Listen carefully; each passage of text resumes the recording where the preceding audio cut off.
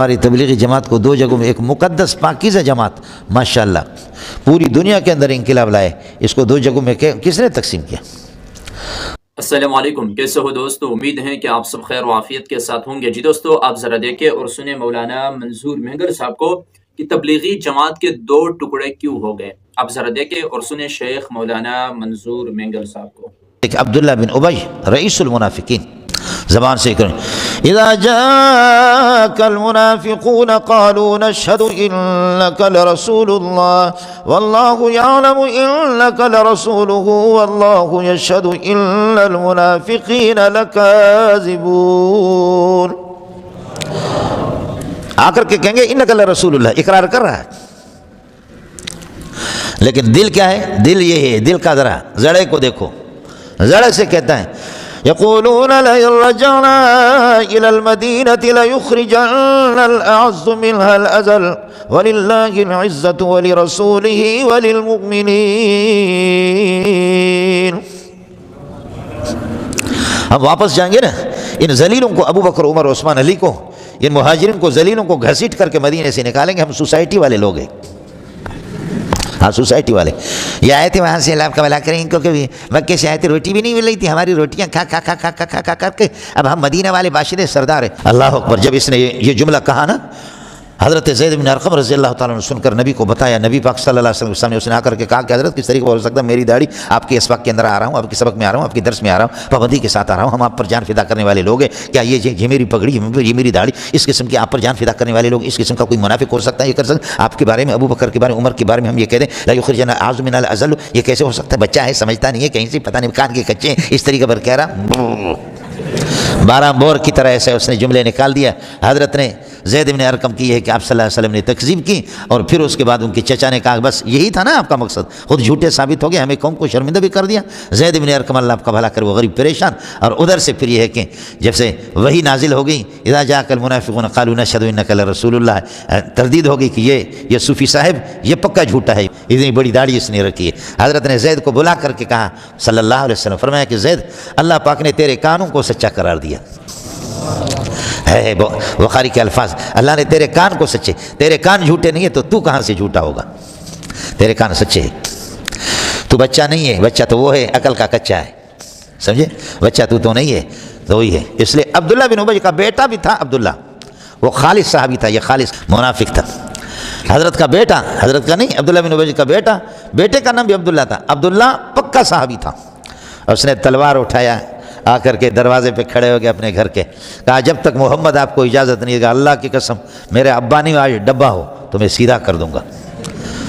ابا ڈبہ کا قصہ تو سنا ہے نا آپ کو، کہنے لگے ابا نہیں ہو ڈبہ ہو، اگر تم نے، اور جن لوگوں کو ڈبہ معلوم نہیں ہے، جن ساتھیوں کو نئے آگے، دوسرے پرانے ساتھیوں کو بتا دیں، یا اس گھر میں ابا رہے گا یا ڈبہ رہے گا، ایسا میں نہیں ہے، تم کو بتائیں۔ کہنے لگا میرا ابا نہیں ہو ڈبہ ہو، جب تک محمد اجازت نہیں دے گا تیرا سر قلم کروں گا۔ رو رو کر کے جا کر کے محمد کے جوتے سیدھے کیے۔ پھر حضرت نے آ کر کے ان کے بیٹے کو فرمایا کہ بیٹا چھوڑ دیں ان کو، سمجھے؟ پھر بیٹے نے اس کو چھوڑا۔ حدیبیہ کے موقع پر حضرت ابو سفیان اس وقت تک مسلمان نہیں تھا۔ ابو سفیان آئے، حضرت صلی اللہ علیہ وسلم سے کچھ باتوں میں تھا کافر ابھی تک، لیکن حدیبیہ کی شرائط میں کچھ آگے پیچھے ہو رہا تھا، مسلمان غصے میں تھے، آ کر کے جنگ بندی کی، پھر اپیل کروں محمد رسول اللہ سے۔ گھر پہ آگے تو ام حبیبہ آپ کی بیٹی، محمد رسول اللہ کی بیوی، ہماری ماں اماں ام حبیبہ نے یہ جو گدا جس پر رسول پاک صلی اللہ علیہ وسلم تشریف فرما ہوتے، جیسے ابا اس کا آگے ابو سفیان، اماں جی نے وہ گدا لپیٹ لیا، کہنے لگے ابا ادھر بیٹھ، تو اس گدے پر نہ بیٹھ، تو اس کے قابل نہیں، اس پر محمد پاکیزہ ذات بیٹھتا۔ اے بیٹی میری بیٹی ہو، بیٹی میری بیٹی ہو، اور میں اس قابل ہو گیا، اتنا پلیت ہوں؟ کہاں پلیت ہے تو۔ اس پر جو شخصیت جو تشریف فرما ہوتے ہیں وہ بہت پاکیزہ ذات ہے۔ ابا ہو ڈبا ہو، ہٹ جا، سمجھے؟ ایسے بیٹھ، لیکن اس پر نہ بیٹھ، سمجھتا؟ حضرت ابو بکر کا بیٹا جو ہے نا، آگے آئے گا 26ویں پارے میں، وہ آیت تو کچھ بتاتے اسی کے بارے میں، حضرت عبدالرحمن بن ابی بکر کے بارے میں۔ عبدالرحمن بن ابی بکر بدر میں وہ کافر تھا، ابو بکر لڑ رہا ہے اللہ کو راضی کرنے کے لیے، اور بیٹا لڑ رہا ہے لات اور عزا کو راضی کرنے کے لیے۔ تو بیٹے نے بعد میں جب مسلمان ہو گیا، اما عائشہ کے بڑے بھائی حضرت عبدالرحمن بن ابی بکر کہنے لگا ابا جی ابو بکر ایک بات بتا دوں؟ کہ جی بیٹا بتا دو۔ کہ ابا جی بدر میں 2-3 مرتبہ تو میرے سامنے آ گیا تھا، میں اگر چاہتا تو آپ کو قتل کر سکتا تھا، لیکن میں نے کہا بوڑھا ابا ہے، مجھے ترس آیا تھا، تو میں کافر ابو جہل کے لشکر میں تھا، اب تو بھرتی ہو گئی محمد کے لشکر میں آ گیا صلی اللہ علیہ وسلم، لیکن اس وقت میں کافر تھا بدر میں۔ ابا جی گتم گتا کی جب لڑائی ہو رہی تھی نا، اس میں تو 2-3 مرتبہ میرے سامنے آ گیا، میں چاہتا تو آپ کو قتل کر سکتا، لیکن مجھے آپ پہ ترس آیا۔ ابو بکر ہنسنے لگا کہا ابا جی کیسے، یہ سنگ خندئی، بابا جی کیوں ہنس رہے؟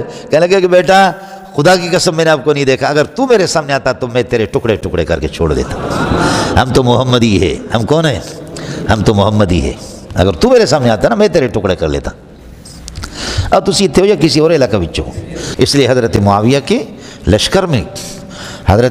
کے لشکر میں اگر کچھ برے لوگ تھے جنہوں نے صحابہ کو قتل کیا، یا حضرت علی کے لشکر میں جنہوں نے معاویہ کے ساتھیوں کو قتل کر دیا، صحابہ کو قتل کر دیا، بعض برے تھے، ان کی وجہ سے معاویہ کو بھی برا نہیں کہا جائے گا، علی کو بھی برا نہیں کہا جائے گا، یہ تو ہوتا ہے۔ لیکن دشمنوں نے ہمیں اس موقع پر پہنچا ہے کہ ادھر سے بھی صحابہ شہید ہو گئے، ادھر سے بھی صحابہ شہید ہو گئے، یہ واقعات تو ہو گئے۔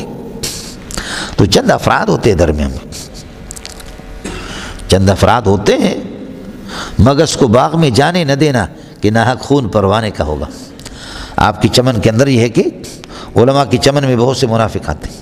ہماری تبلیغی جماعت کو 2 جگہوں میں، ایک مقدس پاکیزہ جماعت ماشاءاللہ پوری دنیا کے اندر انقلاب لائے، اس کو 2 جگہوں میں کس نے تقسیم کیا، اور پھر تقسیم در تقسیم مزید اب یہ 2 جگہیں اور بھی تقسیم ہوں گی۔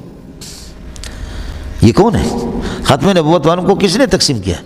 جمعیت کو کس نے تقسیم کیا؟ مدارس کو کیا ہے؟ کھا رہے ہیں، لیکن دشمن ہے مجھ سے۔ آپ کو مسئلہ سمجھ آ گیا؟ ایک تو یہ کہ وما کنتم تکتمونہ، اللہ جانتا ہے جو کچھ تم ظاہر کرتے ہو کہ اپنی اطاعت جو تم نے ظاہر کی، یا نحن نسبح بحمدک، اور وما کنتم تکتمونہ جو کچھ تم چھپاتے ہو، اور چھپایا کیا؟ چھپایا ابلیس نے چھپایا تھا اپنے تکبر کو اپنے دل میں، وہ بھی مجھے معلوم ہے۔ یا ما کنتم تکتمونہ انکم احق بالخلافت، کہ تم خلافت کے حقدار ہو، یہ سارا سب کچھ مجھے معلوم ہے۔ وَإِذْ قُلْنَا